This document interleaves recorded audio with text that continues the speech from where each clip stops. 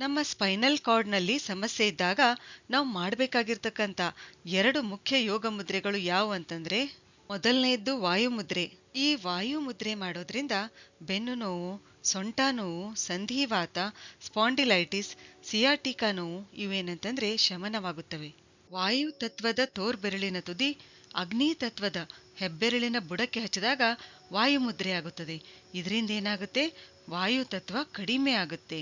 ಈ ಮುದ್ರೆ 15ರಿಂದ 45 ನಿಮಿಷ ಒಂದೇ ಸಲ ಮಾಡಬಹುದು, ಅಥವಾ 15 ನಿಮಿಷದಂತೆ 3 ಸಲ ಕೂಡ ಮಾಡಬಹುದು. ಎರಡನೇದ್ದು ಸಹಜ ಶಂಖ ಮುದ್ರೆ. ಸಹಜ ಶಂಖ ಮುದ್ರೆ ಮಾಡೋದ್ರಿಂದ ಸ್ಲಿಪ್ ಡಿಸ್ಕ್ನಂತಹ ಬೆನ್ನು ಹುರಿಯ ನೋವು ಕಡಿಮೆ ಆಗುತ್ತದೆ. ಈ ಮುದ್ರೆ ಹೇಗ್ ಮಾಡ್ಬೇಕಂದ್ರೆ, ಎರಡೂ ಕೈಗಳ ಬೆರಳುಗಳನ್ನ ಒಂದರಲ್ಲೊಂದು ಸೇರಿಸಿ ಹೆಬ್ಬೆರಳುಗಳನ್ನ ಒಂದಕ್ಕೊಂದು ಸಮಾನಾಂತರವಾಗಿ ಇಡಬೇಕು. ಈ ರೀತಿಯಾಗಿ ಹೀಗೆ ತೋರಿಸಿದ ಹಾಗೆ. ಈ ಮುದ್ರೆ ಏನಂತಂದ್ರೆ 45 ನಿಮಿಷ ಒಂದೇ ಸಲ ಮಾಡಬಹುದು, ಅಥವಾ 15 ನಿಮಿಷದಂತೆ 3 ಸಲ ಕೂಡ ಮಾಡಬಹುದು. ಸರಿ, ಹಾಗಾದ್ರೆ ಮುಂದಿನ ವಿಡಿಯೋದಲ್ಲಿ ಮತ್ತೊಂದು ಉಪಯುಕ್ತವಾದ ಮಾಹಿತಿಯೊಂದಿಗೆ ಭೇಟಿಯಾಗೋಣ. ಧನ್ಯವಾದಗಳು.